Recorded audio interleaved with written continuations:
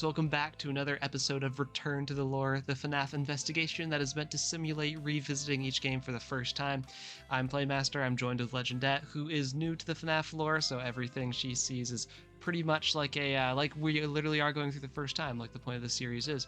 So we're taking in information, we're applying it to the timeline and our understanding of the confusing lore as we go. And today is an interesting episode, but before we get into that, Legendet, what kind of tea do you have? Today I got lemon. I think I've had that before, but it's so good. I too have lemon. It's a classic around here. Anyways, today is interesting because we aren't looking into a game first at all, and then we're not looking into what you would call like a traditional FNAF game either. Cause Legendet, lucky us, we are on to the era where we need to worry about books existing within the games. Gone are the days of FNAF being just a video game. It is now a multimedia franchise from this point forward. Anyways, because of that, we usually like to give a little recap of Legendet's thoughts of the timeline previously. However, we are going to forgo that this time because it's going to be weird to give all that and then dive into some media that's not quite directly influential to it. There'll be a couple things that we might increase our understanding of, and we'll call those out as we stumble across them. But in evaluating the first book here, I don't think we need to give a whole, because it's getting pretty beefy now, a whole elaborate summary. We'll do that before our sister location investigation, because that's when things get really hazy again. Anyways, to deal with the books, just to give Legendet some background here, the first set of books that were released, because I know there's a bunch nowadays, but originally it was this trilogy coming out that went on to be known as the Silver Eyes trilogy, because the first book in it was called Five Nights at Freddy's The Silver Eyes. It was in story, obviously inspired by Scott Cawthon. He had a lot of he has a lot of direction over the story of the books, but he does have other writers that write them literally. So while Scott still is largely a puppet master over the lore and the story that's occurring in them, there are other writers that literally write them. So we do get into a little bit of communication territory, which we'll bring up time and again later on. But for now, we are looking into the very first FNAF book, The Silver Eyes. Let me just pull it up here for you guys. How we're going to handle this is, because we're not going to read a whole book on video, and Legendet doesn't really have time to read the full books herself, we are just going to go over summaries provided to us by the FNAF Novels Wiki. It should have anything important that's truly notable about the series, so that we can kind of extract maybe any relevant information about the unique story and lore in these books. I personally do want to read them so I have a proper understanding of what exactly occurs and how exactly things are phrased and delivered to us. But for the sake of this video series, we are just going to read summaries of them, which I think, is understandable for YouTube series. However, like I said, hopefully I myself will find time to go through them all. Anyways, first, just the summary of the back book. 10 years after the horrific murders at Freddy Fazbear's Pizza that ripped their town apart, Charlie, whose father owned the restaurant, and her childhood friends reunite on the anniversary of the tragedy and find themselves at the old pizza place, which had been locked up and abandoned for years. After they discover a way inside, they realize that things are not as they used to be. The 4 adult-sized animatronic mascots that once entertained patrons have changed. They now have a dark secret and a murderous agenda. So you can see how, it's very much set in the basis of what the games have set for us as far as the foundation of the story goes. And now's a good time to mention too, these are not canon. And I'm just I've mentioned this before straight up, none of the major book series are explicitly canon. So if we're going to use them to solve game elements, it has to be through either parallels or information that we think is meant to be relevant to the games. We're supposed to take this this is explaining how this element works, but they are not one for one. Neither is the Fazbear Frights series or the Tales games, Tales from the Pizzaplex series. The interactive novels is a little bit of a more nuanced conversation, but we'll get to that much later. So going into this, just know this is not meant to be any replacement for game story. This is a new story that perhaps we can glean important information from and apply it to the timeline we actually care about. You know what I'm saying? Yeah. So this might be a little Little boring as far as stimulation goes. I am just going to read aloud the summary for us here. I'll probably have a video playing for the viewers if anybody, actually watches these and not just listens to them. But Legendet, just stop me if anytime you want to talk about something, and if anything, sometimes something is important that I find, I'll specifically call it out to you as well. All right. The plot of The Silver Eyes. In 1995, 17-year-old Charlie, so we're in 1995, just a good thing to note our timelines here. 17-year-old Charlie returns to her childhood home of Hurricane, Utah to attend the launch of a scholarship dedicated to her school friend Michael Brooks, who went missing 10 years earlier. She reunites with her childhood friends Jessica, John, and Carlton, and they decide to revisit the place where Michael died, Freddy Fazbear's Pizza, a family restaurant Charlie's father once owned. Boom, actually that was kind of a loaded paragraph. Yeah. Major thing. So the description says 10 years after the horrific murders, and we know the plot takes place in 1995. So when does that mean the murders take place? 85. Right. So what's the major set of murders we know in the game timeline? Do you remember the acronym, the name? No. This is going in the compilation where I ask you things at the beginning of videos and you don't know. No. But the MCI, the Missing Children's Incident. Okay. So what I'm getting with that is, you're like, okay, I'll take your word. No, yeah, that's just what the fans call the Missing Children's Incident. The murders, otherwise in FNAF 1, the newspapers, right? So do we think that means the MCI also occurred in 1985 within the game's timeline? Is this happening, like, because it happened in the books in 85, do we think that's strong enough to assume it happened in 85 in the games? I mean, would it make sense based on the game's timeline? Because if it does, then I'd say yes. But if it feels like it's a little off, then no.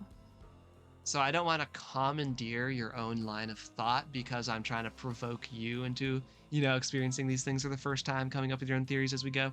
Because, you're the fresh mind here. So think of what we talked about in even just last episode, FNAF 4, with some of your theories there. FNAF 4, a lot of it takes place like the minigames happened in 1983. The next earliest is FNAF 2, which occurs in 1987. If you can recall your thoughts on, the timeline, does it fit into your theories of what's going on for the MCI to occur in 1985? Your own personal theories. I mean, it doesn't fit for when I said that the children were killed. But, I mean, I could be wrong, so this could just be the answer, Yeah. And just a reminder to the audience, too, you should definitely watch last episode to, catch up on us, but Legendet does think the MCI occurred before the crying child died. Some of her major reasons for that is she thinks the Fredbear plush is a children's spirit, specifically probably Golden Freddy, almost like cast projecting its spirit into the plush. There's a little bit of weirdness, admittedly. We talked about how that would work if Fredbear is the same animatronic as Golden Freddy because it was still active, and yeah, there's weirdness. But Legendet does think that spirits are talking to crying child in some capacity, which would require murders to happen. And the only murders we actually know of are the puppet and the MCI and all that. And there is the Freddy's characters are around, so it makes sense that Freddy Fazbear's Pizza exists to some extent, like another location other than Fredbear Family Diner because of the characters. So, other locations could have had the murders happen at them. However, if it does happen in 85, right, again, not saying the book concretely means that, but if it does, Legendet would have to rethink how, a lot about the Fredbear plush and certain things that were talking to the crying child. We'll keep that in mind because a lot of people use this as a pretty, and there's reoccurrences of this date, so there are other outside reasons, but this alone a lot of people used to assume that perhaps the murders did happen in 1985 because aside from that specific FNAF 4 interpretation, they don't conflict with a whole lot because the main time that we see the animatronics possessed and acting up, early in the timeline is FNAF 2. That's the main time, which happens in 87, we know of. So the only prerequisite for that is that the murders take place before 87. So 85 could work. It also leaves time for the location to be closed for a certain amount of time after the murders, and then for FNAF 2 to reopen. But that works with the 83, MCI interpretation as well. Things to think about. Yeah, so also Charlie, our main character here, is the daughter of someone who owned the restaurant. In Hurricane, Utah. It also gives us a location. Yeah, so it's probably just intuitive to assume that a lot of Freddy stuff happens within Utah. Could that be the daughter that we never saw in the house? Oh, weird. We're gonna keep going to get more information, but that's an interesting thought because that is like a female character that we have little to no information about right now. An incomplete shopping mall has been built in the restaurant's place, which here's our first thing. We've never seen anything like that in the game, so here's our first huge difference. Been built in the restaurant's place, but upon further investigation, the friends discover the restaurant is still standing and the mall has been built around it.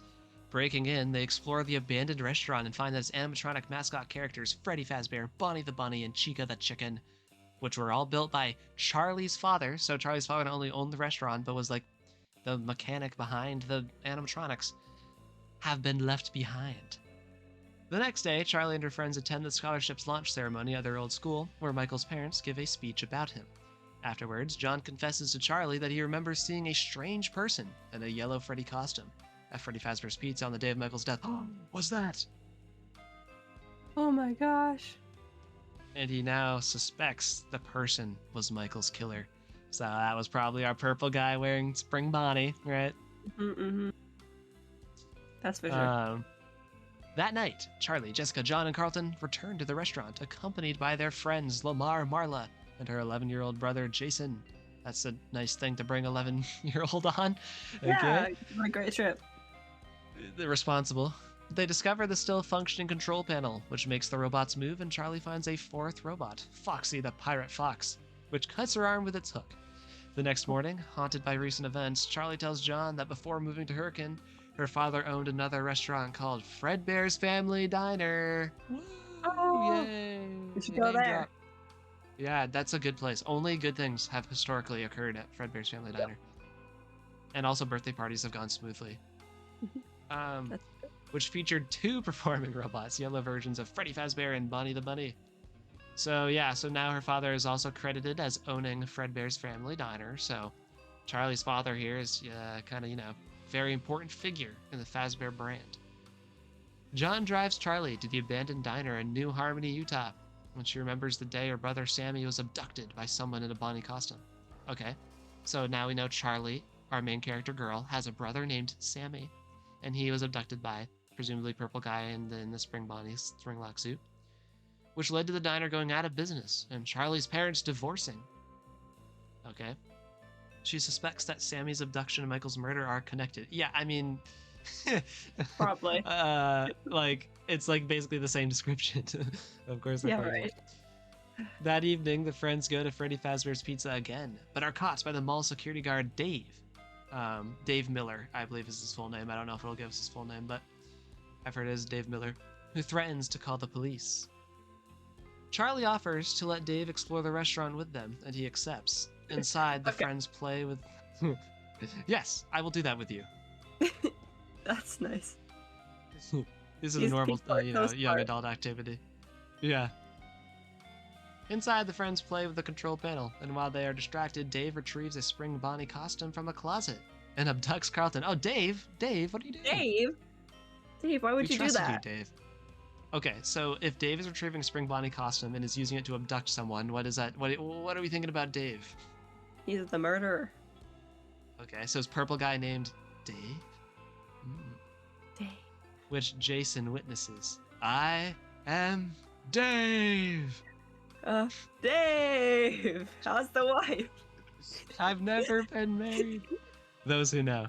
The friends flee the restaurant and fetch police officer Dunn, only to find that the restaurant's door has been chained up while they were gone.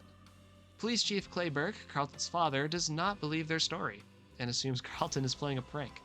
Yep. It's a prank. Honestly, classic police officer though, in Classic. media and sometimes real life. Charlie later talks with John about her father. He closed the restaurant and uh, committed bad things. I don't know what we're allowed to say on YouTube. He took his own Bad life. things. Yeah. So actually that is very important lore. So Charlie's father, after his son was abducted and probably murdered, um, he and Michael was murdered, right? He ended his own life, and which led to many people in town to suspect he was the killer. Okay, but that's obviously not true from what we're seeing here, right? It's a Mhm. misconception. Officer Dunn returns to the mall. Also, this goes without saying why her father's dead. Just keep that in mind as we go forward. Um, Officer Dunn returns to the mall the next day to search the restaurant, but is attacked and killed by Dave. Charlie and John go to okay, wow. Okay, that was just Officer Dunn is wiped out by Dave. Okay. Charlie and John go to a library to research the history of Fredbear's Family Diner and find an old newspaper article about Sammy's kidnapping with a photograph of Dave. Okay, Not Dave. Dave, I gotta say, the more you abduct people, the more photos we find of you with dead children. You're getting more suspicious. You're getting very sus, Dave. I think almost enough evidence for the police to take you seriously, but I don't know. Who is the newspaper identifies as the diner's co-owner? Okay, boom, big drop. The killer is the co-owner of the restaurant. So does that reframe, like, put some things into light about other things we've seen from the game so far? At all? Like, we saw a purple guy working at Fredbear's Family Diner, right? Mm-hmm. But now we know that, purple guy who's, probably Dave here, right?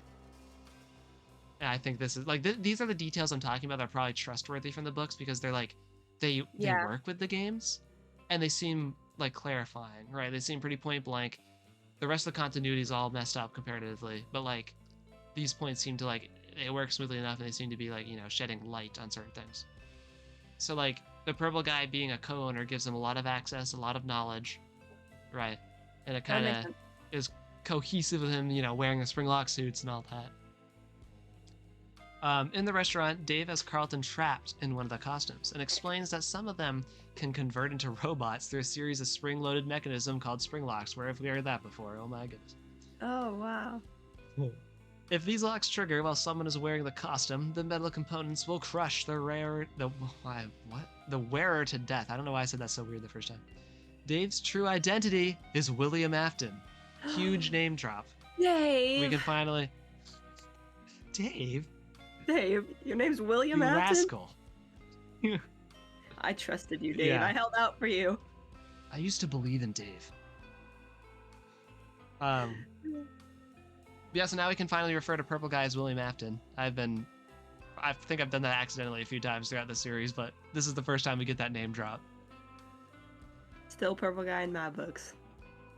Always Purple Guy. Anything purple has been Purple Guy to you, though, let's be real. Yeah. Who again? The co-owner of both restaurants. He is a deranged psychopath responsible for the deaths of Sammy, Michael, and the 4 other children. Jason runs off, intending to rescue Carlton and Charlie. John, Lamar, Jessica, and Marla break into the restaurant to find him.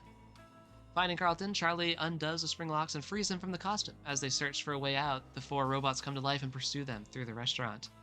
William reveals that the robots are possessed by the vengeful ghosts of his victims, and boasts that they will hunt down and kill any intruders. The group tries to hide in a party room, but all 4 robots corner them. However, they are halted by the arrival of a 5th robot, this is going to be our guy, the Golden Freddy from Fredbear's Family Diner. Which, I feel like, that pretty strongly links Fredbear and Golden Freddy as probably being the same, same suit, same spring lock. Which Charlie realizes was possessed by Michael's ghost. So, okay, so, Legendet. This might throw a further wrench into your perception of the 83 stuff. If you were thinking the Golden Freddy kid specifically is probably the one, like, projecting his spirit consciousness into the Fredbear plush. But for him to be dead, he would have had to have been stuffed in Golden Freddy, which currently operating springlock suit in Fredbear's Family Diner being Golden Freddy might suggest that, you know, he's not dead and stuffed in there yet. What do you think about that? I feel like my theory's all messed up, honestly. Legendet's like, my theory's bunk. No, this will happen a lot too. So, do you see what I mean by like there's gonna be a lot of revisits? Like our understanding of FNAF 4 is already being altered just by some of the information dropped in this book. And again, you have a get out of jail free card by saying a lot of this stuff just is not in the games at all, you know? And being like, Yeah. I do not take that detail into account because here it is different. However, you know, it does seem like the books are meant to clarify some things. So it's just things to think about in the mind brain as we theorize here. Okay, what are you talking about? You read that. Oh, we're already on the last paragraph. Okay. The yellow Freddy allows them to leave. Interesting. So it's like kind of on their side. And Chief Burke arrives to search for the missing Officer Dunn, who was dead. William attacks in Spring Bonnie's costume, but Charlie activates its spring locks, killing him. So that parallels, you know, how we saw him die by spring locking in the Follow Me minigames. As the robots drag William's corpse away, Chief Burke escorts everyone out of the mall. The friends go their separate ways, and before leaving Hurricane, Charlie visits her father's grave, remembering a happy day she had with him when she was a child. And that is the summary that the novel Wikipedia has provided for us. What do we think, Legend? Yep, that's the very first book. I think some of the things that are lore accurate would be the co-owner thing. That feels kind of obvious. Yeah. The William Afton being his name. Yeah. Charlie as a character, I think, exists. I don't know how. Yeah, so right now we don't have much context for who Charlie could be in the games. All I will say is there is a slight... Okay, so you know the puppet kid, how he's killed outside of a Freddy's? Or Fredbear's or somewhere, right? Sammy is sort of a stand-in for that here. You know what I'm saying? Yeah. You read how Sammy was killed again. Because he's the kid separate. I know he doesn't like show up as a puppet in here, but he is separate from the 5 kids, right?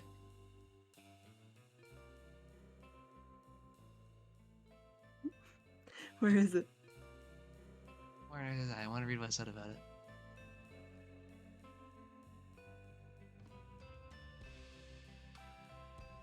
All right, there.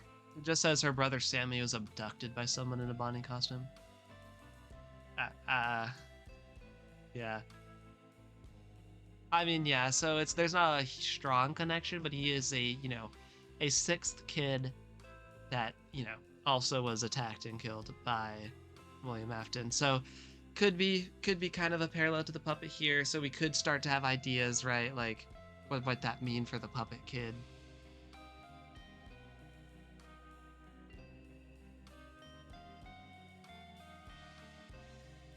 You there, Legendet?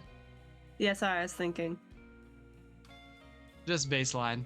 Like, what might that, if we were to say this is a pretty close stand-in, what might we then assume about the puppet kid? Okay, but like, who is Sammy? Like, I don't know anything about Charlie's Sammy. brother. Charlie's brother, daughter of the co-owner of Fredbear's and Freddy's. Just a dude, So little brother. why would William want to take his Wait, is it his son or his co-owner's son? William Afton is a co-owner of Fredbear's and Freddy's with Charlie's dad. Charlie's dad's son is named Sammy, so her little brother is Sammy. William Afton abducted him and presumably murdered him. Right, so why would he want his co-owner's son is the thing. Why would he want to kill the other 5 kids? This summary just said he was a deranged psychopath. We still, in the motivation department, we just have, I like killing people. That's fair enough. It just feels weird that he would co-own with someone and his co-owner wouldn't think anything weird of him. Like, if he's a deranged psychopath, I guess maybe he's just good at hiding it. Well, also remember, he was pretending to be, like, a security guard, right? And that's like Dave. Like, he's clearly able to function in society enough to not have eyebrows raised at him. True. So Yeah, yeah. the mall security guard, Dave. So he's like staying around the restaurant because he knows the animatronics are possessed.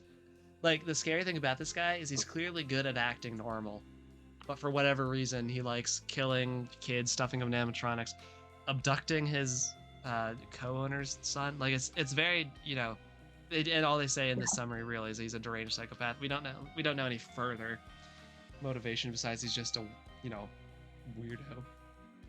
Fair enough. But yeah. Well, I'm just wondering if you could possibly get vibes from this, that the puppet kid, who is the sixth kid, is maybe co-owner's son as well, Yeah, I could see that. Because in FNAF 2, remember, they're like, oh, we're trying to contact the original owner. It was called like Fredbear's Family Diner or something like that, and then we later see it in FNAF 4. However, yeah, I could see that. It admittedly is weird to think that the puppet kid was killed outside of Fredbear's, because in the save him minigame where he gets, offed, it feels like it's a Freddy sprite handing out the cake to the kids. But or the pizza or whatever it was doing. But I don't know. Just interesting things to think about. But yeah, that's the book. You have anything else to say, or are we good to move on? What if... Oh wait, okay, this might sound super wild and random. But okay, what if the puppet, that guy actually can like hop animatronics, and so it's also Golden Freddy at times. And that's why Freddy and Golden Freddy might be the same thing.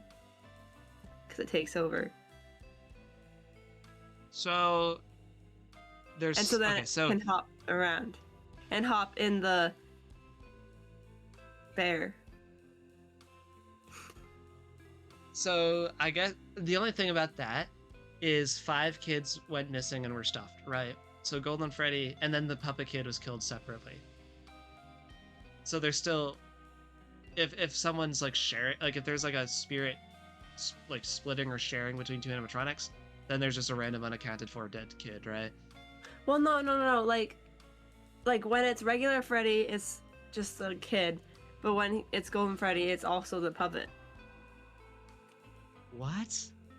What does that mean? He can hop animatronics.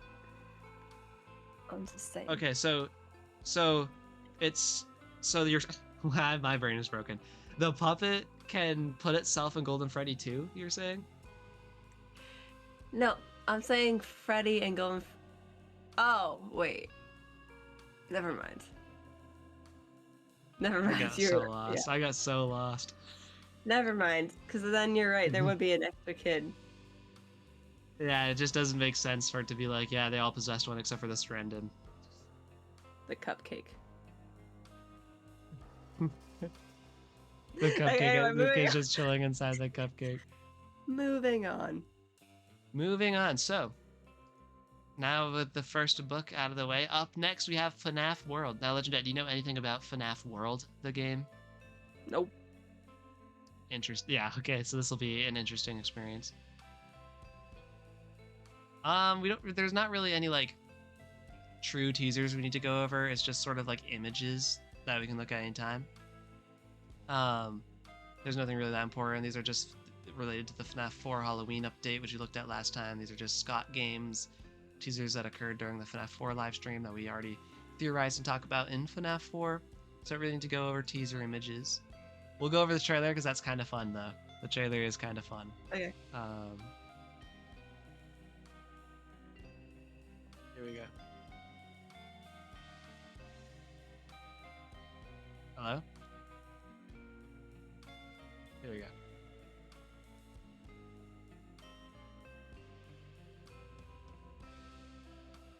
They've stalked you.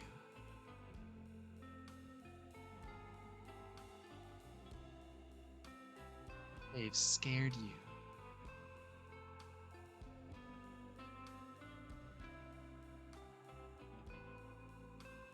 They've haunted you.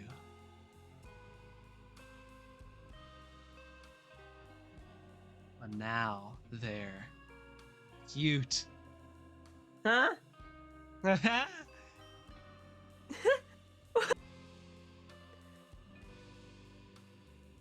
You expecting this? Nope.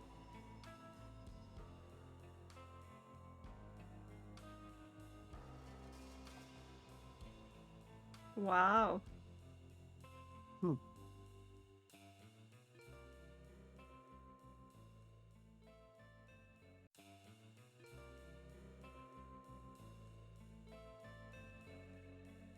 Naming all the characters here.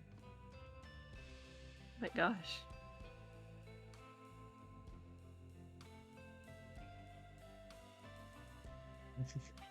So it uses paper pals like their thing too, though. Oh yeah, remember the paper pals, the paper plate things? Yeah, but if they, I don't know. Yeah, the paper pals are. Yeah, they have like this, like they have almost no relevance anyway, but they have just amount of relevance that it makes them weird.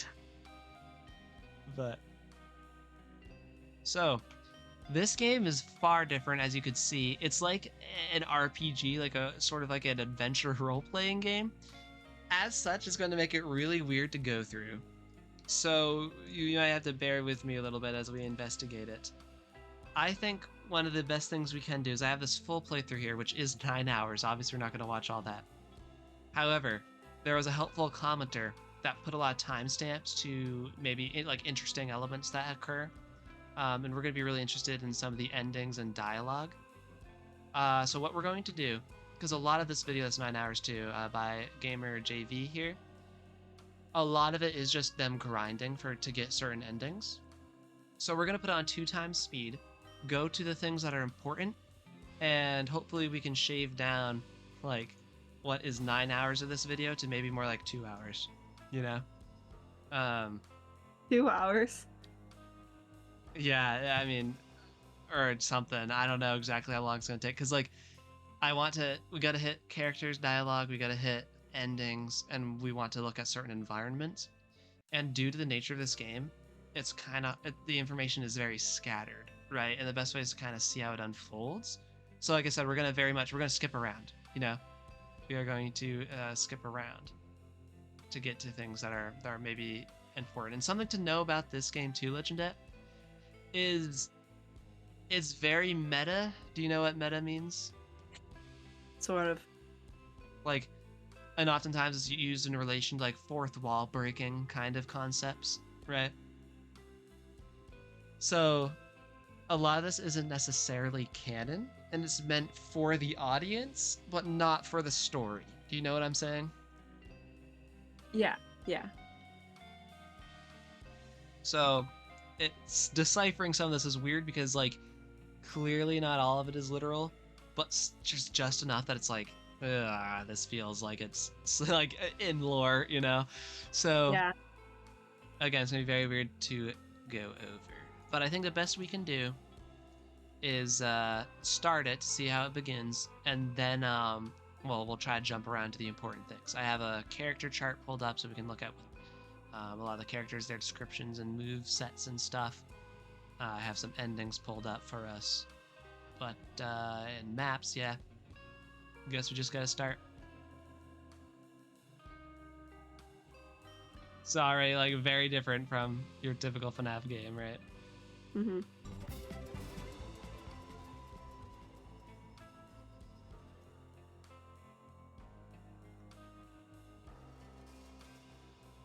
Wow, bro went hard This mode. character roster here.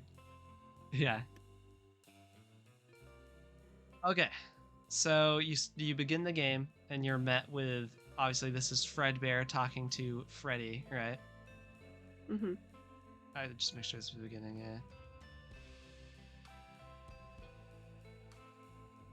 I know you may feel like you're going out and taking a stroll, but something seems very wrong today.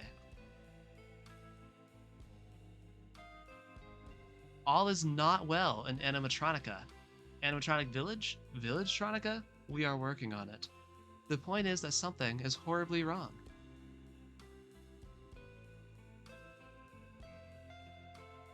There have been a lot of bizarre creatures roaming around lately, even some that look, gulp, like us.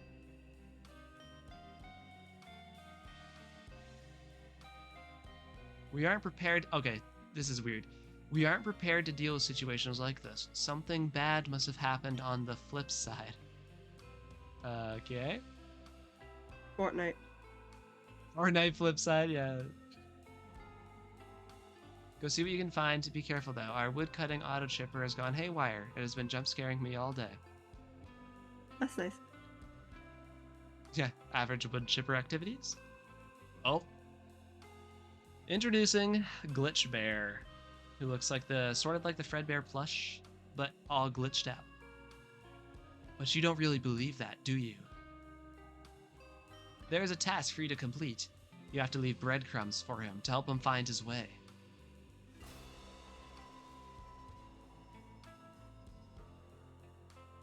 So, not canon, but still here.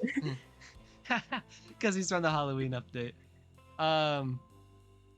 So now we have a him, right? A him character. So we have a flip side mentioned. We have a him. So keep in mind, we're leaving breadcrumbs for someone to find his way. That's delivered to us through this glitch bear thing, which seems to be different from the Fredbear thing that was originally delivering us who this is Adventure Freddy or whatever. So try to keep that information in mind. Is this just a... Why did this appear? Okay, so now we're in the map. So your little guy walking around, little, you know, kind of retro RPG style. Mm-hmm. Using attacks to battle. Basically this game, right? You battle, you travel the land. Oh, there's something interesting, yeah, I wanted to point out. Oh, that was not fast enough. So you'll see, like, we have a windmill here. See how there's like a little, like, almost like antenna thing on top of the windmill? Yeah. That's seen a lot throughout the game. These like these real robots have antennas on their heads. You know, a lot of this, like, it's weird investigating this game because compared to other games where like every detail you want to look into and take into account, this game's hard to tell what is like actually matters to anything. You know what I'm saying? Right. It's like so weird. But I like to point out stuff like, you know, the antenna imagery is there. It's around a lot in this world. There's little mini games around. Like these very low quality, like, you know, little games to play in the world. And like you can encounter characters like you just saw, like Jacobani, like, and they have little descriptions. We're not going to worry about seeing those in the video because we have a wiki pulled up where we can go through all of them, but when they come along, we might see them here. So is there any parts that are like lore relevant, it seems? That's the question. So now you're going to see, we enter this little, you know, house thing here. We're going to encounter someone known as Desk Man, and there's going to be a little interesting exchange here. See a person working at a desk, sitting in a chair. Our avatar becomes this little, you know, Freddy-looking thing. It's a vicious cycle, you know. But then, most things in life are. The pendulum swings one way, then it swings the other. Now we return to darkness. Something terrible is coming. Come back later. Maybe I will tell you more.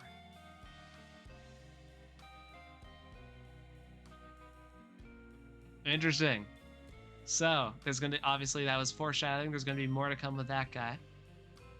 But who the heck is Desk Man? You know? Yeah, that's so random. There's a lot of random things in this game that feels super weird. Like I said, you know, FNAF 4 I said is when the lore of the series kind of becomes unhinged. Mm-hmm. The thing about the FNAF 4, FNAF World era is not only does it start to get really confusing and vague, it also gets very symbolic and metaphorical. So it gets even like, there's another layer of weirdness. Okay, so we have found our way to the second dialogue exchange with Fredbear, who, remember, introduced us at the beginning. I kind of talked like to the game, talking to us. We find him in the map. And this is just this kind of, whoever shows up here is related to if you have you in your party. You know, in Pokemon Legendet, you get like a party that is your battle team. Yeah. In this, you also assemble a battle team, so the character here is going to be different depending on the organization of your battle team. So like right now it's Phantom Freddy, but it doesn't have to be. I think I found a clue as to what is happening. Look behind me. There's a tree that is distorted and glitched. You don't know as much as I do, but I will tell you that this is a safe haven, a sanctuary. Whatever has gone wrong, we have to fix it. It will be an adventure. Something horrible must have happened on the flip side because it's causing this world to fracture. Objects like the tree behind me have broken. But I think you can use these fractures to get to places you couldn't reach before. You have to go and find the source of these fractures.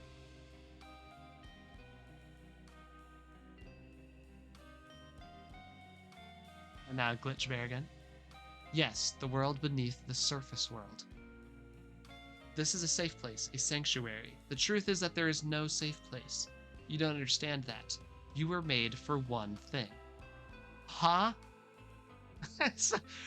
who are we? So, What were we made for? okay, so is this like an afterlife, and this is like the transition of them possessing the animatronics? Because like, they're glitching I really in like and where out. your head's at. Yeah, I really like where your head's at. So like maybe the flip side is like our world, right? Like the reality. Mhm. And then this is like some spiritual representation of afterlife, or in between, like in between afterlife and being dead. Interesting. There's a task for you to complete. Before you follow this passage, go back. Find the clock. Find the clock. Interesting.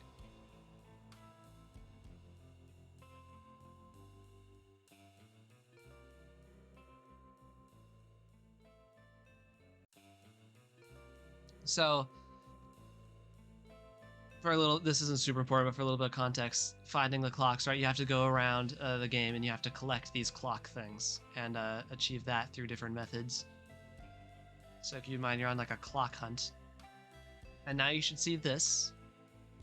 So you find a glitched tree, right? And you get into this weird glitched like version of things. See this?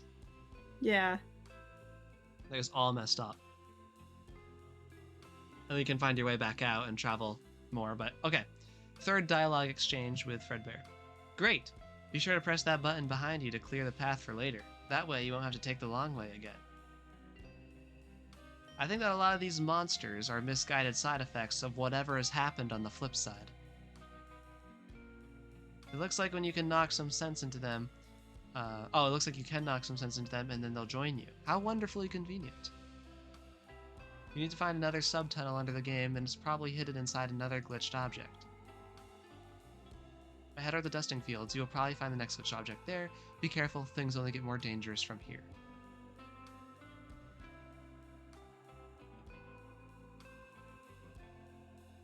Things don't get more dangerous. You are being played.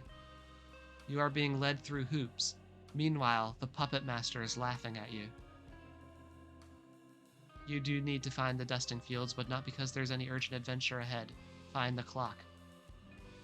Fourth dialogue with our Fredbear guide here. The subtunnel must be up ahead. And keep in mind, you're traveling through the map and stuff. We'll look at the map, after we get through kind of these lore beats of the game. The subtunnel must be up ahead. However, it looks like something's blocking the path. I'm sure it's nothing you can't handle. I need to warn you of something, though. When you enter a glitched object into a subtunnel, it's possible to find yet another glitched object inside. Okay, pay attention to this. That will take you into a subtunnel beneath the subtunnel. So we're getting to like Inception here, right? Like Yeah. dream within a dream type stuff. Yeah. So you can get to a glitched layer and you can get to another glitched layer beyond that. There are maybe even more glitched objects there. So there's layers here, right? Just be sure to never go more than 3 glitches down. I'm not sure if you would find your way back up. Be sure to always search for new chips and bytes. And that's just, things you collect. There'll be a huge help against monsters like the one up ahead. That's, a lot of gameplay element stuff. Play along for now. You're being pulled on a string for his amusement. Don't enter the glitch yet. You need to go into the mine. Find the clock. So.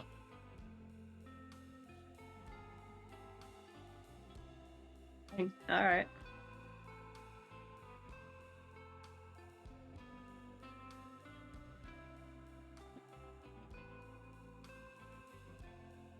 Another example of going to glitched territory.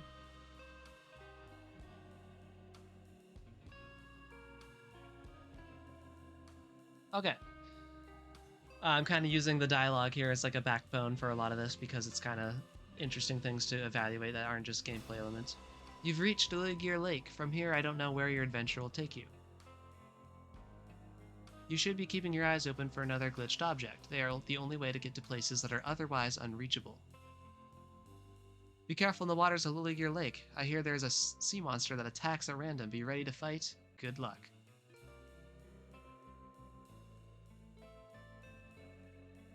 Yes, well, everything attacks at random, doesn't it?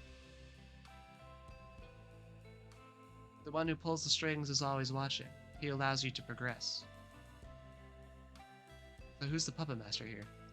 Follow the trail that they have created for you. Play along. There's another mine that you must find before you enter the glitched object. Find the clock. Alright, next dialogue section. This is a, hold on. This is a horribly spooky place. I think I'll stay right here. You, however, need to keep going. This is a graveyard for broken and unwanted creations. It's full of nastiness and traps. I don't think everything here is as it seems. Check the graves and the trees. This whole place is full of illusion.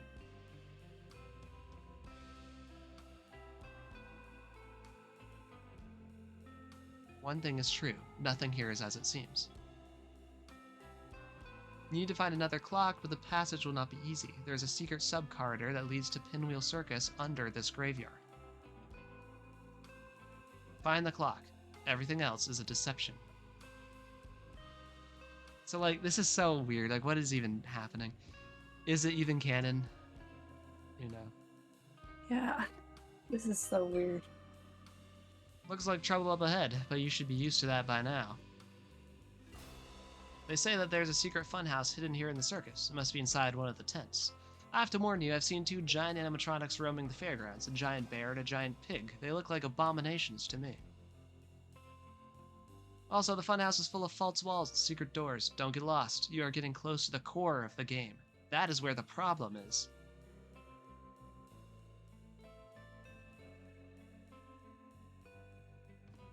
Another clock should be inside the funhouse. Nothing else matters. So whoever this glitched bear entity is really needs these clocks to be collected. Like he doesn't want you to care about anything else. And he's saying that the deceptive person is the other Fredbear thing, which who does to really be trusted? I know, right? Don't be deceived by the one pulling the strings. And we have this, fabled puppet master, the string puller, that's apparently directing the other guy.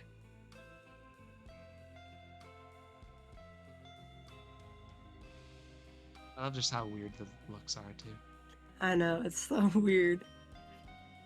So, as you can see here, there's, like, different levels of glitched you can achieve, right? Yeah.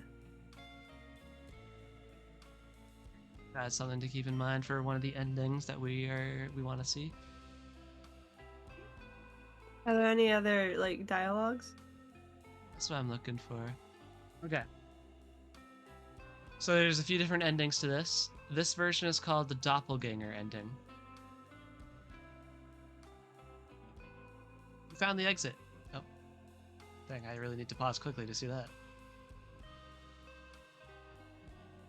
You found the exit. That's amazing. The giant pig lies on the other side of the subtunnel. He guards the key that opens the locks to the final guardians. Then, they get all freaky. The same Fredbear can't occupy the same space at the same time. Oh. Universe end.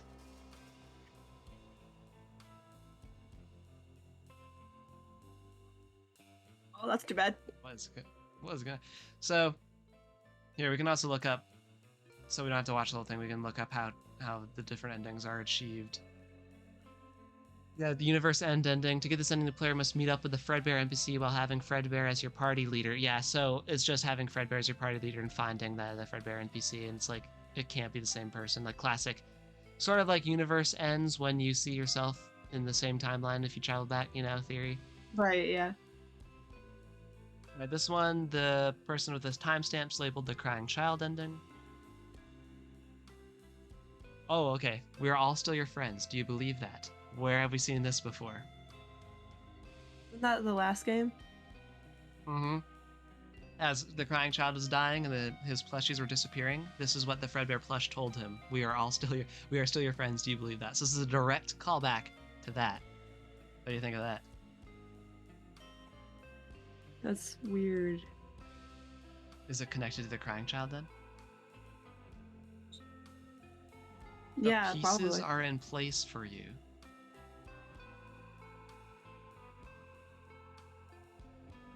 All you have to do is find them.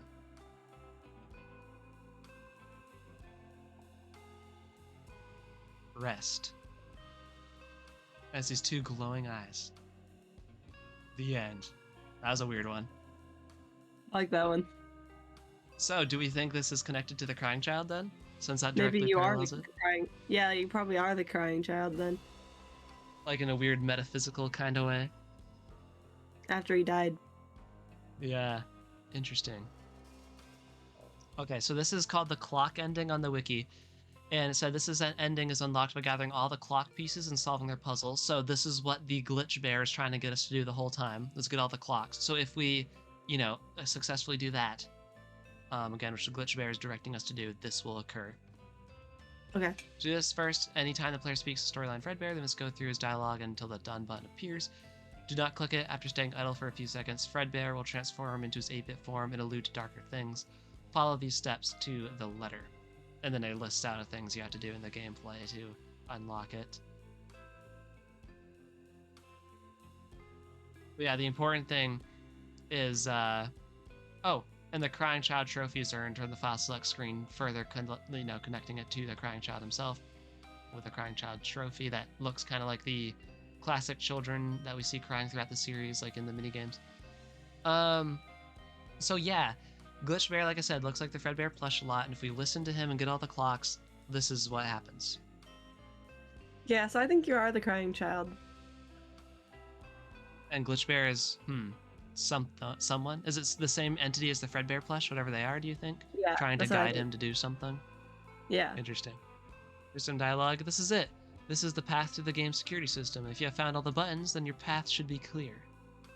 The security system has powerful defenses. Make sure you have someone with a shield ability. You won't survive without it. I will tell you a secret.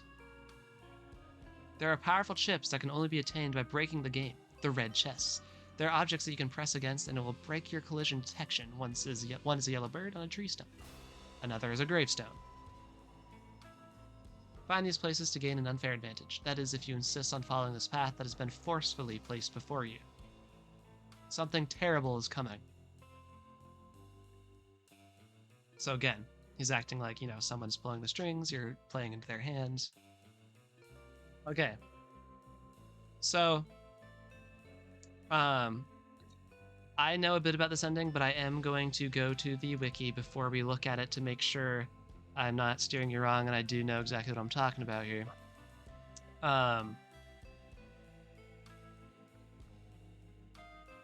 The Old Man Consequences ending. Does that name mean anything to you, Old Man Consequences? I've heard of it before, but I don't remember what it is. Yeah. So, I believe the first one we're going to look at, because there's the fourth glitch ending here and the drowning ending. Fourth glitch, I think, is the first one. The ending is unlocked and you go down to more than 3 glitches. Remember they said, don't go past the 3rd glitch layer. Remember talking about the whole Inception thing? Yeah.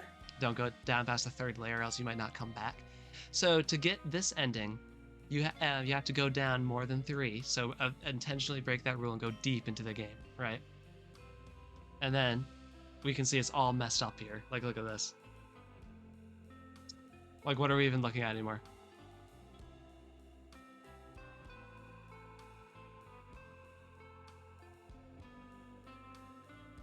And then going another layer down, going that final layer down, we end up here.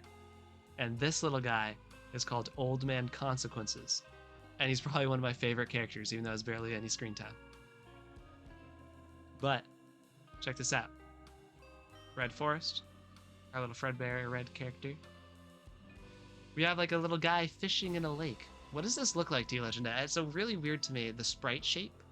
It's really weird for me to comprehend. Okay, interesting you say that, because a lot of people share that sentiment. It's very weird to me. I'm sorry to say that you have gone too deep into the code. There is no way back out.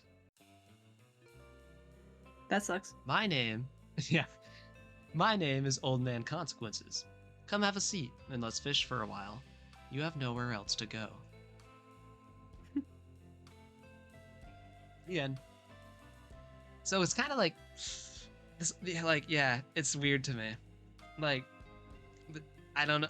It's again, it's how literal are we taking things? Is the glitch layers like actual real? Like, what realm are we in? Yeah. Yeah, that is weird. So now the drowning ending, which is a little bit different but very similar. This ending is found in a similar fashion. Oh, excuse me, I got a hiccup again. Cut that. Okay, so the drowning ending, pretty similar to Old Man Consequences, but there is a little bit different. So this ending is found in a similar fashion as the fourth glitch ending, again as Old Man Consequences, with some minor changes at the end. First, proceed to the fourth glitch, then pace back and forth above the lake. The Freddy sprite should begin to shift closer and closer to the lake before... okay, we'll talk about that. So you basically just got to pace around the lake. And so you begin to fall in. Oh. Okay. Everything starts going haywire.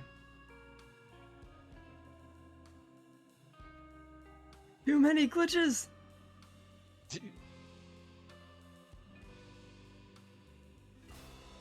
It's almost like you found a glitch in the layer that is already like you're not supposed to be able to come back from, you know? Yeah. So now you're just stuck. What's interesting too is you're specifically like drowning in the lake. Like you go back and forth and you fall into the lake and you like fall under.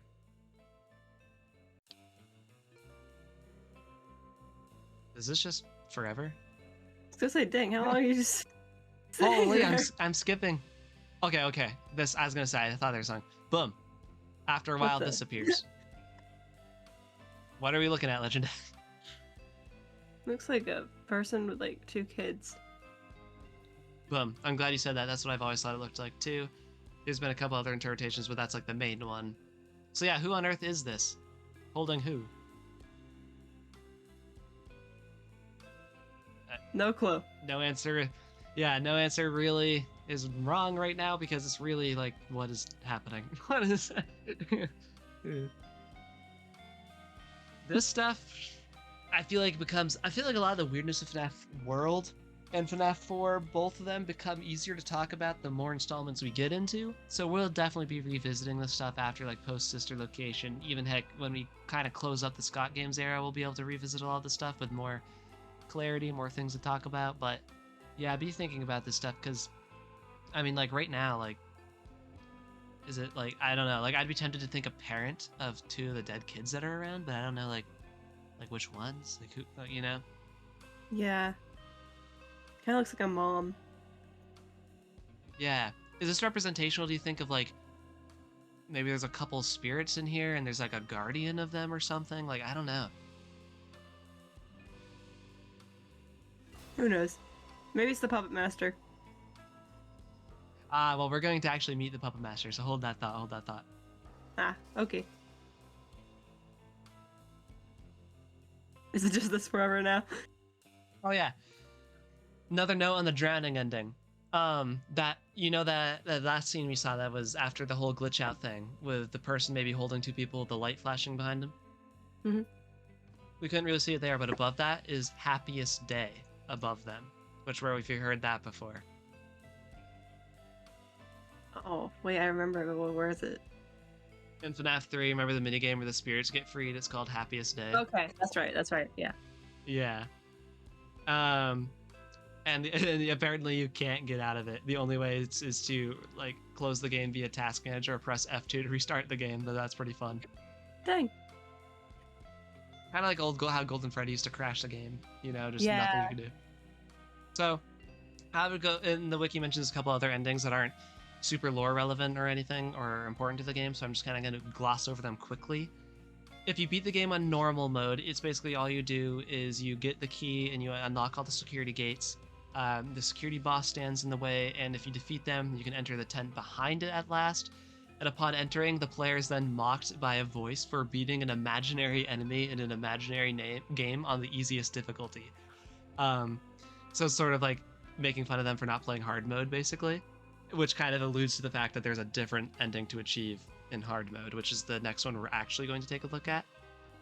Other than that, there's the Chipper's Revenge ending, which the player must first travel to the most northern area of Choppy's Woods, access through Lilygear Lake, yada yada. You find your way through. The boss himself is a Chipper's Revenge, which Chipper, like something, there was some game that Scott made prior to FNAF that this is like a reference to, you know. Um, yeah, it's like the fourth wall attack. He can obliterate the entire party in one shot. It's just kind of, this isn't super relevant. It's just one of those, like I said, fourth wall breaky things. That's an obvious reference to Scott's older games, you know. And then Chica's Magic Rainbow ending. After beating the game at least once, the player must enter the Halloween area. So this is sort of, connected to the Halloween update, which is, most of it's not really canon. Yada yada, you go through the Halloween lair. You just defeat the rainbow, basically, which is just an enemy boss. Yeah, so now the last ending that we actually have to look at is known as the hard mode ending. You get it for beating the game on hard mode. Yeah, so this time after you beat the game on hard mode, you enter the tent like before. You're this time transported to a cutoff area of Fazbear Hills, which is a part of the map. At the end of the path is a strange portal-shaped object, which leads the player to the true final boss of the game. That's some real dedication. Great job. Most people are content playing through a game on normal mode, but not you. There's always an overachiever in the bunch. I guess that's you. And see this little icon? This is what Scott Cawthon himself has used as his icon for a long time, so. That's funny. So it's your fault then, for my misery. It's never enough for you people. Don't you get it? I can't do this anymore. I won't. And then again, that's another avatar used for Scott Cawthon. So this is supposed to be like a fourth wall break, like you are fighting Scott Cawthon himself. That's hilarious. I love that. It was fun being the puppet master. See, okay, so the puppet master is Scott, right? Because he made the game, he made the story. Yeah, okay. So again, there was another wrench into things of like, how much of this game do we take seriously at all if so much of its actual narrative was connected to the puppet master, who's actually just Scott? Like, it's a big fourth wall break. Yeah, so that feels like a lot weird. of the lore is kind of taken out. Yeah. Except the Glitch Bear stuff, seems very intentionally That feels cool. Yeah. But now I grow weary. It is time for you to put you in your place. Now let me show you how this game ends. Yada yada, you fight him, big boss fight.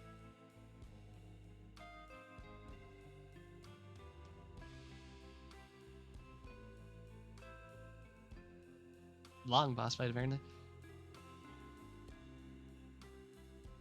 Okay, so you beat him. Okay, alright, I get it. Was this really the ending you wanted? Coming all the way here just to kill me? Was I really the villain in your mind? I mean, sure, this is definitely one way to bring the story to a halt, but surely there is a more satisfying end. I just do as demanded of me. I fill your insatiable gullets with more and more and more, and now here you are to show your gratitude. Well, congratulations then. I haven't brought the story to an end. You did. So feel good about yourself for ending the story by killing the storyteller. I like this ending.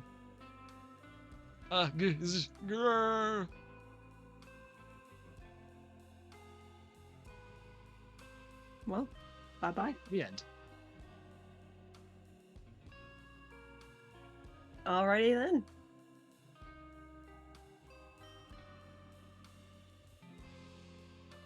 And actually, I kind of thought this was an ending, but I guess it wasn't really. Remember I said there was something more of the desk man? Yeah. I need to show you that because I kind of assumed it would appear in one of these endings unless I missed it somehow. But that's sort of like an ending adjacent type thing, so I'm going to look it up real quick.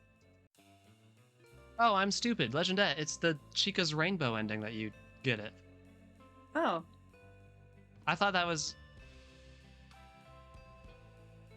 Did it even mention it in the wiki thing here? I don't think so. Oh well. Anyway, point is, you had to go through a bunch of the game, get a certain element of it, and then you are presented with this. Remember, you entered the Desk Man before. He told you that little thing, foreshadowed you could get something more out of him later. Yeah. When I looked it up, Google just offered up to me as the Chica's Rainbow ending. Hopefully that's right.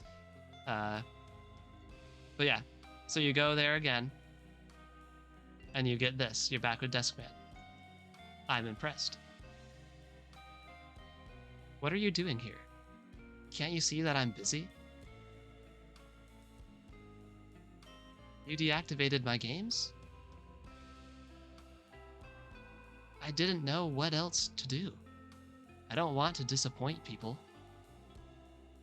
So this is kind of sounding like the Scott thing, so is this supposed to be Scott himself again? I think so. But my mind isn't right. I've made something terrible. Her name is Baby. What? Excuse me? It's too late to deactivate her. I'm sorry.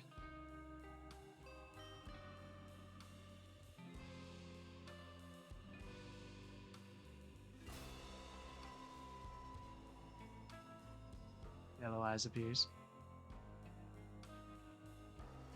Yellow Eyes disappears. Wow. Desk Man is slumped over on his desk. Desk Man is bleeding out. No, Desk Man is dead! Scott Cawthon is dead. Oh no. Huh? What was that? That was one of the most confusing ones to me. That I'm says guessing to be continued. Baby or whatever he made killed him, but I don't know who that is. Right. And the to be continued thing. So this seems like it leads into more games, because remember, FNAF 4 seemed to be the end at the time. So now this seems to be like, there's more to come. Yeah. Like for sure. Well, dang. Is that? But yeah, so those are the endings that I wanted you to see. And now we can transition to other stuff. Man, Legendet, you know what I like about life? Is that your shirts do not randomly change. Don't know why I had felt compelled to say that. But anyways, Isn't that a great what we're thing? looking at, it is a great thing. What we're looking at is the FNAF World map assembled, like sort of in a flat, like, map, like, topography sort of situation. And Okay. does it look like anything to you off rip? Just looking at it right there. It looks like a Mario level. Not gonna lie. Fair enough. So a lot of people pointed out that if you were to make a human brain square and flat and look at it from head on, the map sort of looks like a human brain. If you... Okay. If you were... Legendet is skeptical. Okay. We've gone too deep into the code. It feels like a bit of a stretch, but okay, buddy. But hold on. Let me be the human brain FNAF map world apologist. See, this thing? See this level? Doesn't this just look like a stem? Just like how the brain has a stem on it, Legendet? A flower also has a stem. Then look at this. Look at these squares. Look. Mm-hmm. I'm looking. Are you unconvinced about the brain thing? I don't see how this looks like a brain, is my thing. No, okay, let me pull up a brain. Okay. FNAF World map compared to a human brain. Your mind's about to be blown.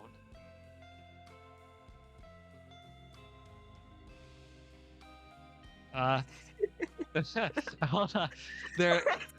It's a lot of a stretch, buddy. All right, look at this. If you completely change what the brain looks like, then it'll look like if you entirely morph the entire shape of a brain. No, but look. Okay, hold on. Ignoring the snarky joke here. Look at this brain. Imagine if it was turned to face towards you, right, head on, and then just made flat, like square and flat. Okay, but why? Like, what? Why do we think this? Like, because of the looks. Look, when it's all put together like that. Would Scott Cawthon do something arbitrary? No, I won't believe it.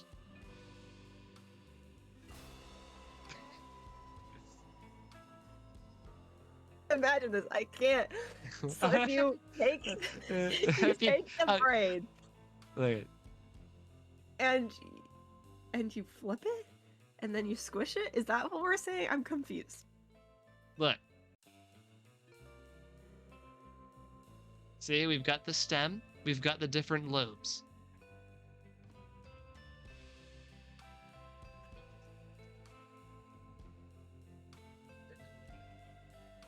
Look. Look. See, look. See how this lobe has all the things, and this has all like the different roads, and then like the stem. I think the stem is the biggest convincer to me. Like, look at this. Look, see, this goes down like this. Yes, I see. And like the different lobes, the different worlds of the different lobes. Okay, I can see why they think that. I would not have ever thought that, but But now are you a FNAF map human brain truther now? Now that I've shown you. I would not die on that hill, but You would not die on that hill. I'd be willing to stand by the hill and cheer everyone on, and maybe start. You're still fighting for the MCI 83 theory. You can't fight too many battles at once. I would chill on top of the hill, but if someone came and fought me on it, I'd be like, I'll just roll down the hill. It's okay. All right. So I guess the idea behind that, to explain sort of, I guess, the like conclusions, I guess people would draw from that, is we've been talking about this seems like a spiritual plane to some extent, and it's connected to the crying child because of the verbiage that Yellow Eyes uses and stuff. So a lot of people think maybe this represents his brain, like after it was bit, right? All this is like occurring within the crying child's like spirit mind, you know? Is the idea behind the brain, like the map being a brain, maybe? But Yeah, I mean, I think that anyway. So if the map right, would like be a brain, then that works. yeah, it's just a cool connection and maybe adds a little bit of insight, you know? But Yeah. anyway, maybe I can not. see that. Maybe not. I want to believe it is true, so I do. Mhm.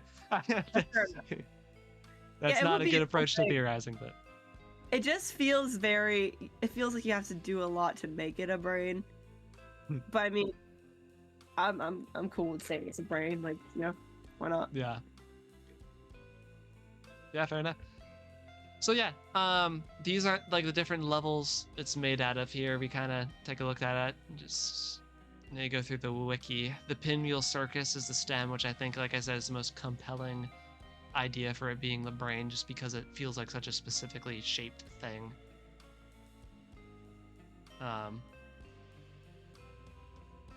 We have whatever the heck, however you're supposed to say this. And this is one of the glitched world. Tree. Yeah, that. Oh. And the glitched people in here. We already went through most of the important stuff. It's good to be familiar with some of these things. I think FNAF World is one of those things that it's like, in order to fully experience it, you have to just play it. Like, it's really hard to analyze it like we've been doing the other games. Because this video's been really like disjointed. You know, like we've been jumping around all throughout the game, going to random parts. You really realistically should play FNAF World. Like, it's kind of the theme of this video. Like, we should read the whole book, but for the sake of actually making a coherent video, we can't just play a forever long game and read a forever long book. Right. This is one of those things that I'll probably like read the books on the side, play these games through on the side, and then have a like further contextual context for everything. But yeah, I feel like the last thing I truly want to do before we just kind of give our little rundown of your interpretations of the weird stuff, like for real, like we do at the end, is just go through the character roster. Because these little guys, they have little descriptions in their loading screens. They have attack names that might provide us some, I don't know, maybe some lore hints. I haven't taken a look at these like closely myself, so I don't really know if we'll find anything great, but you know, you never know. Freddy Fazbear, the classic. Classic. Back to basics is his description in the loading screen. Fair enough. Fair enough. So yeah, we're just kind of like speed run here because there's a lot of characters. We're just going to go through their description on the loading screen and then their battle moves to see if there's anything we can glean. Mic toss, pizza wheel, and birthday. Pretty basic.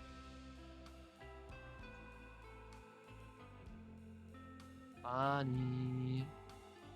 Bite, bash jam, happy jam.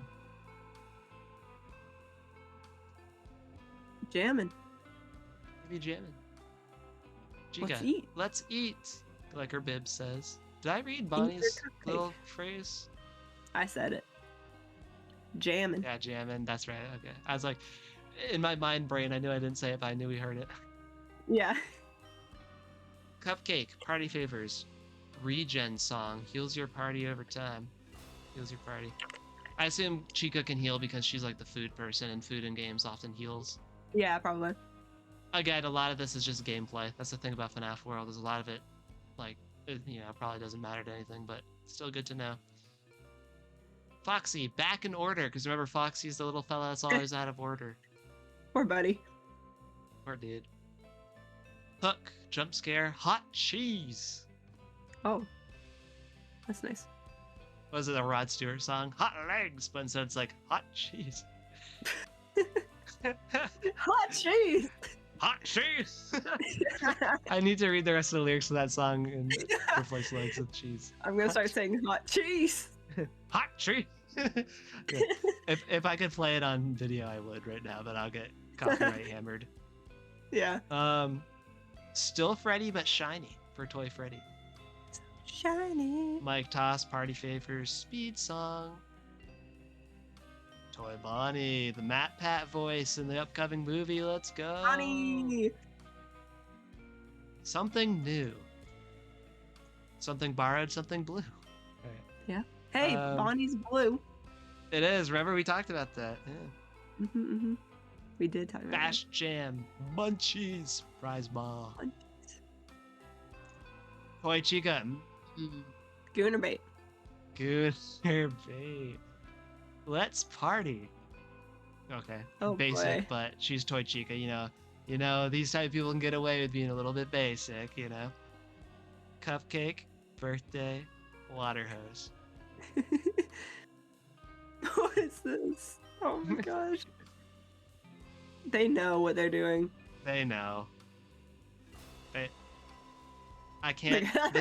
I can't explain what it is about this one, but something is very wrong. Angle. Kids can be so cruel. Because he's the one that gets taken apart all the time. Hook. Hoppers. Prize ball. Balloon Boy. The most annoying thing ever. Everyone's favorite. That is factually wrong. Everyone hates Balloon Boy. But he's a menace in FNAF 2. Hot cheese makes its return. No way! And munchies. And munchies. That was already one. JJ, because one wasn't enough. True. What would the world do without two Balloon Boys? Only new attack is unscrew.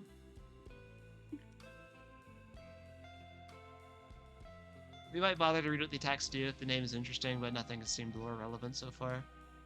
Phantom Freddy just taking a stroll. Because he walks along the window, in FNAF 3. He just goes on the window.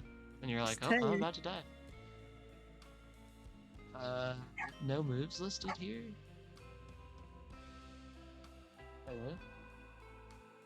Hello? Bro can't do anything, apparently. He is a character that inflicting debuffs on opponents to give the parties a leg up against. The grammar on these wiki sites are so bad. How many times have we been reading these and the sentence is incomprehensible? Oh my goodness. No offense to the people that wrote these things, but there is no proofreading. Anyway, I also know attacks for this guy. I don't know if that's an accident or what. It must be, because the next Phantom, unless it's his thing to not have attacks, I don't know. Oh, because it is on the roll-in game. So maybe he just exists to inflict debuffs, like I said, and he doesn't actually have true attacks, I guess. Yeah, probably. Fam Chica, stop calling me a watermelon. No one was calling you a watermelon. Oh, I'd call you a watermelon.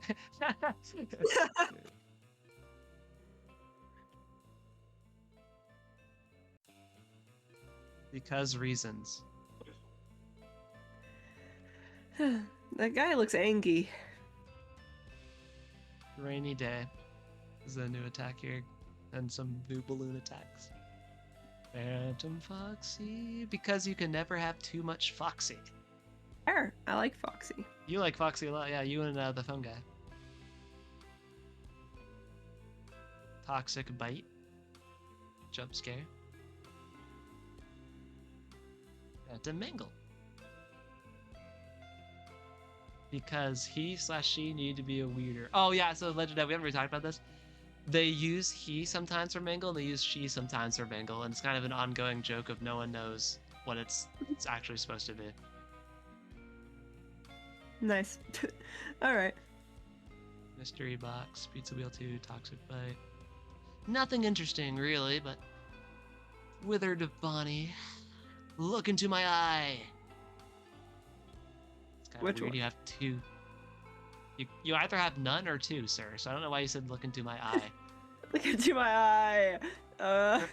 What does that mean? Eye beam. Why the eye? Two. The one eye.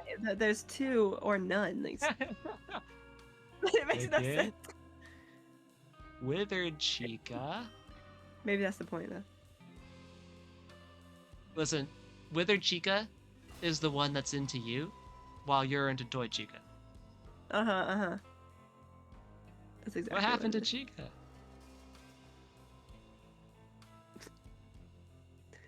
Bite. The Bite of 87. Cupcake. Oh my gosh. Now imagine what if these just had an attack called the Bite of 87. Like everyone would know it was who did it. I'd be like, well, there you go. I would say, case closed. Withered Freddy. Because we needed one more. I mean, why wouldn't you want one more? This guy barely looks withered. Like, this guy got away with the good end of the stick as far as withered animatronics go. Like, Yeah. he only had to go... He's got a little cut on his knee, like. Yeah. Bro just felt the left same out. attacks as the other three. Yeah. He's like, look, guys, I'm different too. Adventure Withered Foxy. Still Foxy, but more yar. It looks like You can Foxy tell. Jr. or something. Foxy Jr. Actually, wait, you're so right. That is Foxy Jr. That's the like Nickelodeon series version of Exactly. Foxy.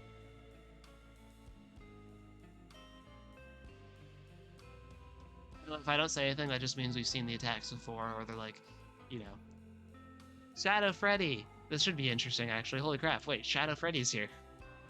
Hey, nice. What on earth? I will eat your soul. Funny. My I professors will tell eat me your that. pizza. And I will eat your pizza. So Shadow Freddy is very purplish here, like he was in the mini games. Purple guy. Purple guy? Throw back to It's Legendary. purple guy. It's purple guy. It's purple guy. Oh, here they're saying that Shadow Freddy is what causes Nightmare Fredbear to turn the like the black coloring. That's what's just called like Nightmare Fredbear. It just turns into Nightmare. I don't know if I would have specifically correlated that to Shadow Freddy, but maybe. Because he is the stand-in for Golden Freddy. And Yeah. Shadow Freddy kind of parallels Golden Freddy when he appears, sort of. At least in FNAF 2, it's the same type of idea. But attacks. Unscrew, escape key, water hose?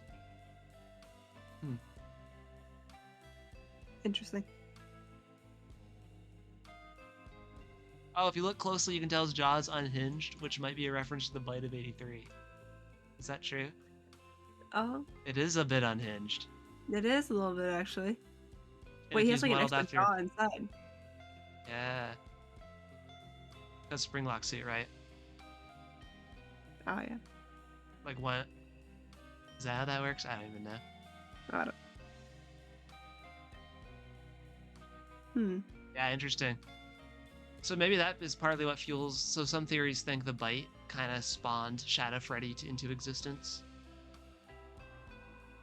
Because remember how we were talking about in FNAF 2 that the shadows might be like just manifestations of bad mojo when it comes to spirits. Some people think Shadow Freddy, since he parallels Fredbear, aka Golden Freddy, and I mean, I guess the jaw's unhinged here. I haven't really thought about that in a while. That means the bad mojo that made Shadow Freddy happened after the bite, and then Shadow Bonnie, since it takes the FNAF 2 form that we see, like the toy Bonnie, is the bad mojo from the DCI that happened to the FNAF 2 location. So that's food for thought that we can talk about now.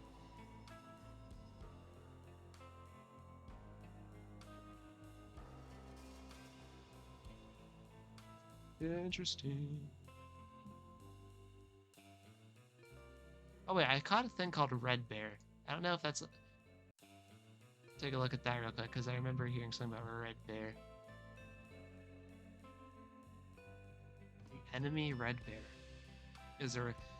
Yeah, so it is. It's like a inverse Shadow Freddy, but instead of purple, it's red. And it's an enemy you have to fight. That's weird. Strange.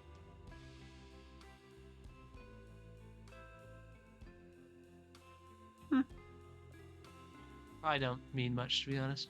Although red does make me think of Old Man Consequences, but he's not a bear. Like you said, alligator immediately. Yeah. But also it's a man. Like, look. It's a man, and then it's an alligator face.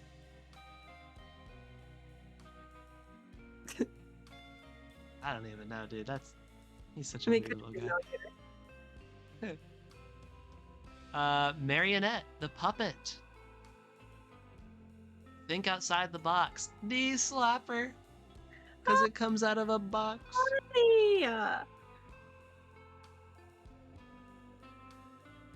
Prize ball. Mystery box. Escape key.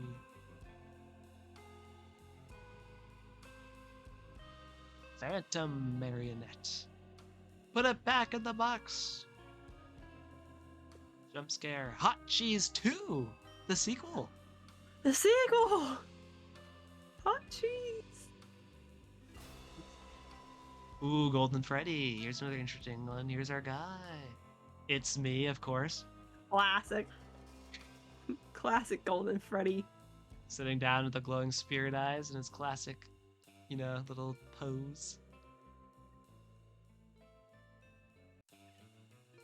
Jump scare, rainy day, haunting, just like, wait, didn't we see... Did we not see a Golden Freddy before? Maybe I was just looking at him earlier. Paper Pals. Huh? That's literally what their loading screen quote says. Huh. What we're all thinking. Yeah. Weird.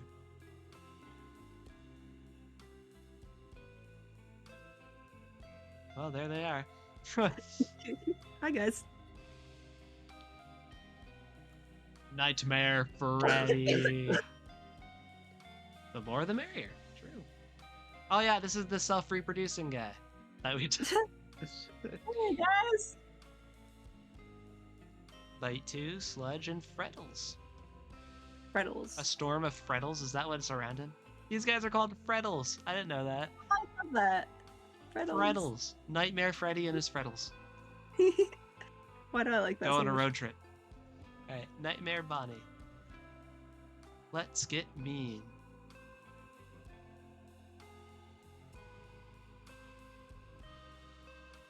Nightmare Chica. Making you a sandwich. Great. Oh, thanks. That's probably the nicest thing an animatronic's ever done for me. Bad pizza. How rude. Right? At least Adventure Time Foxy. Out of order since FNAF 1. Yes, sir. Too bad for you, buddy.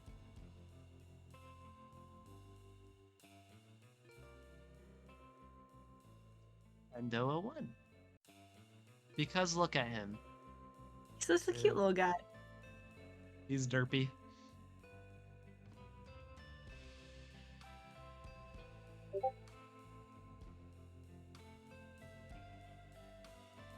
Endo 02, the guy we've seen before. Not as cute, but more useful. Fair enough. Endo Army. Summon 3 endoskeletons that shoot lasers. There you go. There you go. Also self-reproducing. Plush trap. Because the world needed a plush version. It sure did. Look how cute. He looks like an angry little guy. He's a very angry little guy. He didn't get his Christmas present. No. Yeah. He disavowed Santa Claus and is questing for revenge because he didn't get Cassidy's golden kazoo for Christmas. Yep. Endo plush. I feel like this is the only time Endo plush has ever appeared is in this game. And his description is because character quota. That's nice. That is nice. Look at that guy go. That's how you know you're loved. Oh yeah, look at him. He's got a little jig going. That guy's got having a jolly old time. He did get a present from Santa. He did.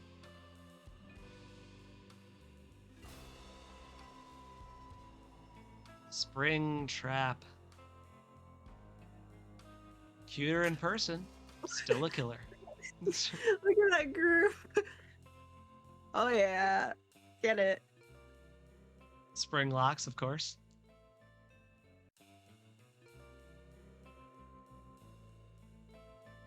All right, RWQ, aka Shadow Bonnie. Say my name. Say it, Legendet. Say it. RWQFSFASXC. Rukyvsafaska. Yeah. Whoa, bro's Look at dancing him. a lot. He's got a Bro's sway. got it. Ooh, that's impressive speed with it. Haunting. Mimic Ball. Soon, Mimic Legendet. You will rue the day. You rue the day that Mimic truly means something to you in this franchise. No. You will... When the word Mimic... Like, I know you've probably heard of the game, but when it truly means something to you, that is when you know you've gone too far, and yet you can never go back. Anyway. Apparently, Shadow Bonnie has Mimic Ball as an attack, which is, I don't know, probably has nothing to do with what I'm talking about, because it's way, I don't know. I doubt it. Crying child. Still sad. Still crying. Note though how this doesn't look like our crying child. It looks like the sprites from like FNAF 2 and 3. So like, and it might not mean the crying child, but True. child. Yeah.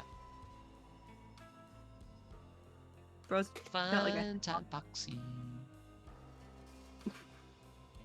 It wasn't meant to last. Huh. Is gonna also get like taken apart and out of order. Is that what Yeah, they that say? is weird.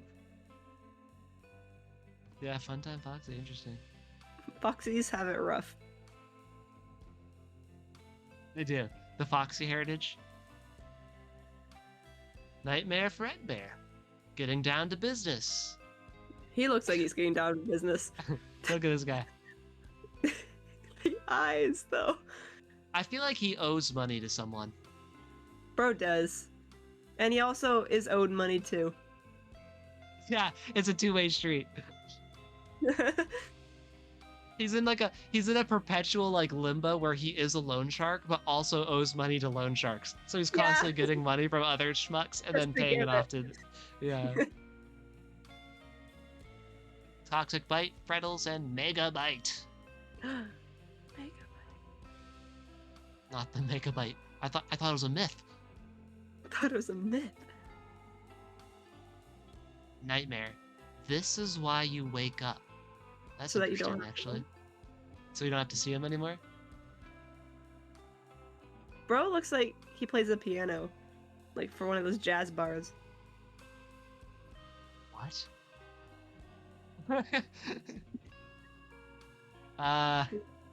Yeah. Or is it like an evil magician? An evil magician, actually. I see that. No, to build our Christmas lore, he's the snowman. It's Frosty's coming to town. He's like Frosty the Snowman's The magician The guy. guy, the magician Yeah. guy. Yeah. Oh my goodness, what just serenaded my ears? An alarm was going off on my phone. It sounded really weird. It did not sound like an alarm at all. Okay. It I was wonder a if the song. audience could even hear that at all. Oh, that's why it's a song. Okay. Yeah. Anyways. Fredbear, the man himself. Where it Fredbear! all started. That's an important Yeah, line. Where it all started. That just, I mean, we kind of knew that, but that confirms. Like Fredbear has to be one of the first animatronic things, you know? Mhm. Purple hat, purple guy. Purple hat, purple guy. Purple bow tie. Purple. I don't know. Man. I wanted to rhyme. Purple hat, purple guy, purple tie, purple something. That rhymes. Oh, this thing also has Mimic Ball. Mimic! A mimic. The Mimic! Spring Bonnie. Male? Female? It's a rabbit. Who cares? The lashes, though. It feels like a female. The idea that William Afton is wearing a springlock suit of a female bunny to kill children is really... it's really uncanny. Messed up. Very messed up. Like, something about it being female makes it just, I don't know, it probably makes it more motherly in my mind, and it just even makes it worse. Yeah, I feel like I've never seen it with eyelashes though. No, I'm... No. Yeah. That was a weird decision for this game, to be honest. Springlocks, of course. Happy Jam 2, Cosmic Song.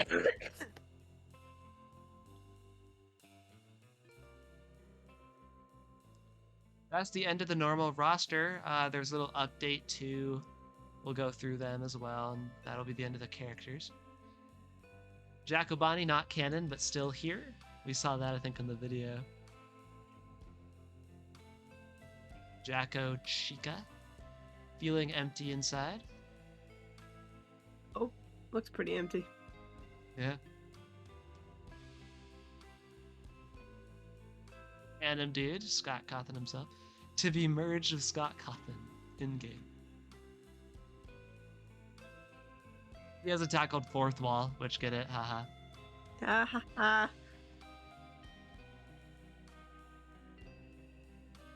Again, this does make a segment like FNAF World must, like, the meta stuff must just not be real, right? Like, the spirit plane stuff is happening, but any of the meta stuff we encounter in that world, we're just, like, we're supposed to act like it's not there, right? Like, I feel like that's how we're supposed to Just take for it. fun, I think. Yeah, just for fun Yeah. for the gamer. Yeah. Chipper. What the? This is the one I said was from, like, one of his older games. Oh. He also has the Mimic Ball attack. Nightmare Balloon Boy. Some things can't be made cute. Well, I think you proved that wrong. Look at this thing. Look at that guy. Don't you want him in your room at night? Why does he remind me of Jimmy Neutron for, like, no reason? Wait, you're right. Like, there's this weird part He of me that does. is like, I don't know. Just a little bit. Yeah.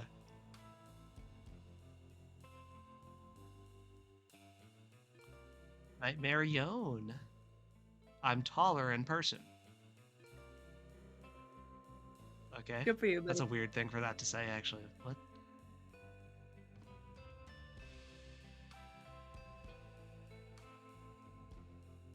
This thing also has the fourth wall attack. Weird. Hoppy! I think this is also from, yeah, it's from the Desolate Hope. That's a game he made before FNAF as well.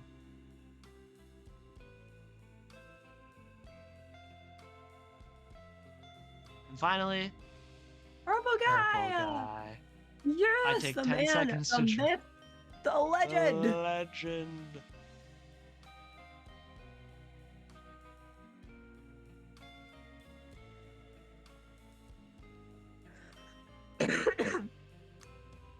Slasher, that makes sense. He's like a slasher Well, there villain you in a way. go. And that's the character roster. Woo! Woo! So, since I'm not sure if there's anything more big in FNAF World for us to look at, we can kind of just go back and talk about some of the major highlights with you before we close out. Let us know in the comments, guys, if there's anything big that we missed going over in FNAF World. I like catching up on those things with Legendet, and if we just totally, didn't know about it or breezed over it, please let us know. But for now, we're going to go back through the important things as we always do and get Legendet's kind of like almost definitive opinion on things. So I think first up, Old Man Consequences. What is he? What's he doing? Why is he here?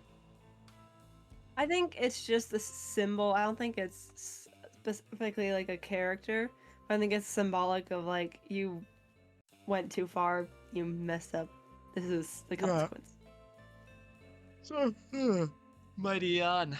Okay, so do you think he is a character at all, or are you saying he's not a character? He simply represents concept, and that's it. I think just concept. I don't think he's actually a Okay. character. Okay, so you wouldn't say like, oh, he is like, I don't know, some spiritual entity inhabiting this plane and is like talking to the souls. And I mean, maybe. I'm just wondering. I don't know. I feel like I like the idea of it being metaphorical as well. At least for right now. Yeah. So the fact that he's at a lake, does that mean anything to you? The fact that his face looks like that he's fishing, I don't know, any thoughts come to mind, or it's just the way he was portrayed? I mean, lakes are kind of meant to be like just a peaceful place that you just like sit at or wait. Yeah. And I mean, alligators can be at lakes in like certain places. Yeah. I don't know. Like tropical places. So it might just be to show that's like tropical place of a lake. Just kind of like symbolic of just like peacefully waiting. Right. Because there's nothing else to do.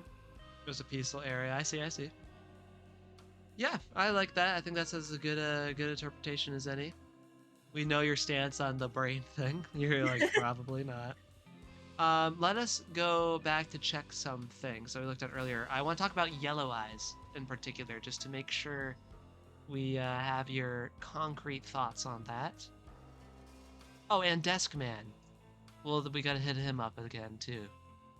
Oh, yeah, before we do, I forgot about the drowning ending, because that's like kind of like, connected to Old Man Consequences. What do you think the fact that our character can drown in the lake, go into that frenzied glitch thing, and eventually into the final scene here?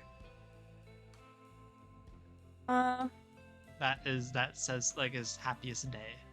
It says.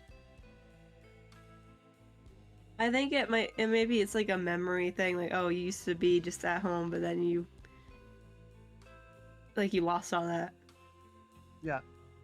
So do we think, to get to Yellow Eyes, do we think it is the crying child involved with this? Because Yellow Eyes says something that obviously parallels that, Yeah.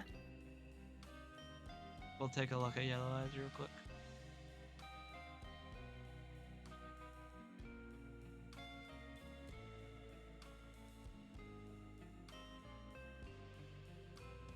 We are still your friends. Do you believe that? Just like the plushes said to him, and when he was dying in FNAF 4. So that makes a strong connection. The pieces are in place for you. Like, is that the clocks we're supposed to collect throughout? Like, what does that mean? Probably. All you have to do is find them, or is it something else? Like, I don't know.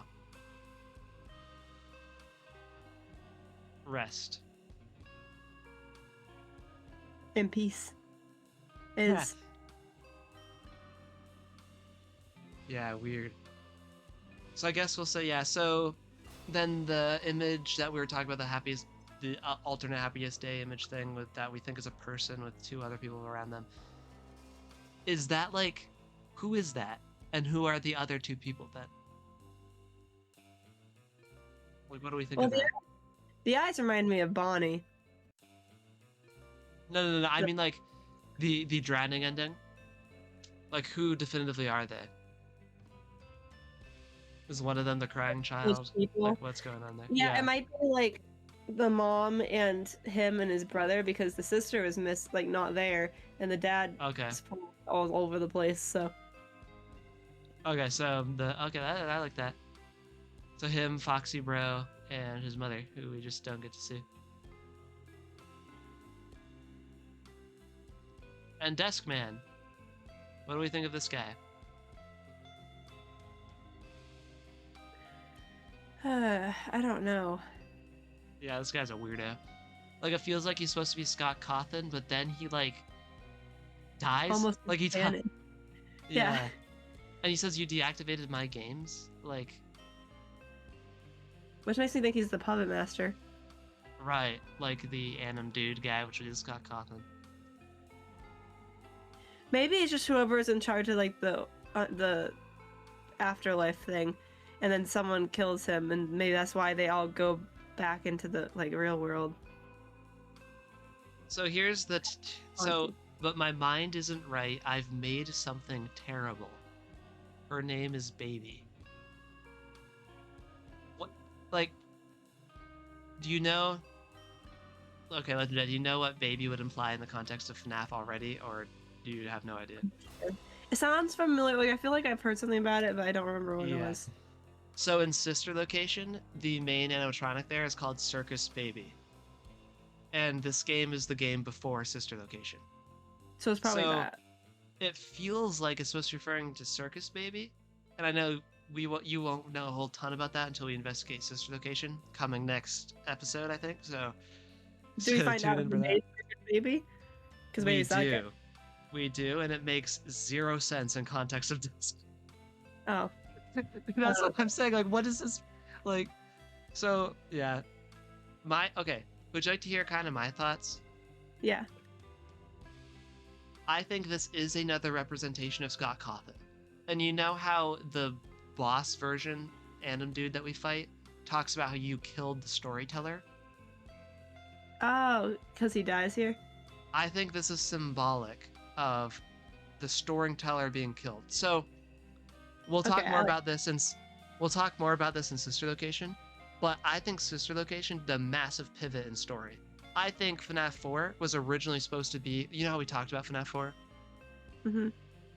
Sister Location is going to change a lot of context for FNAF 4 and the series in general, and I don't think any of that was originally planned. I think that was a major pivot.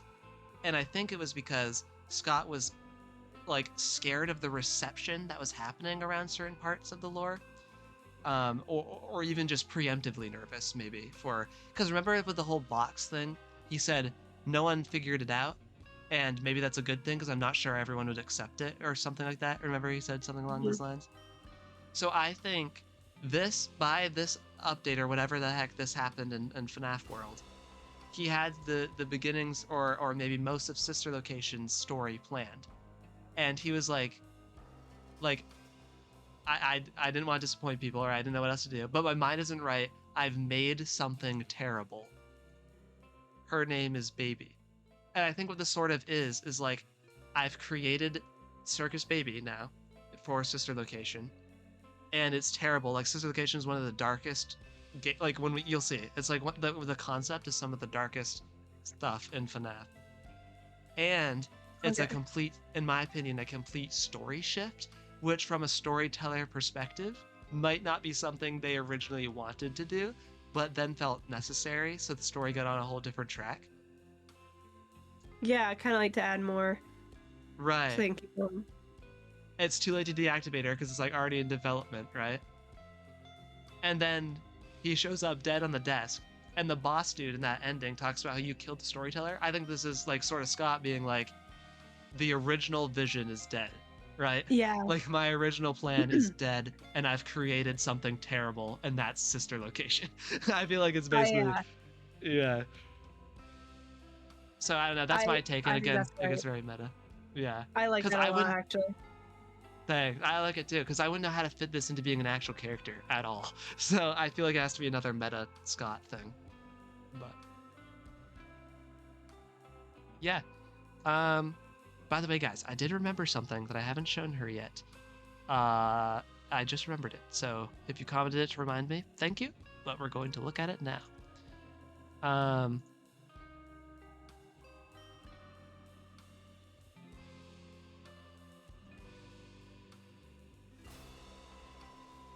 So this was never in the game, but found in the files was an image of the FNAF 4 box open and empty.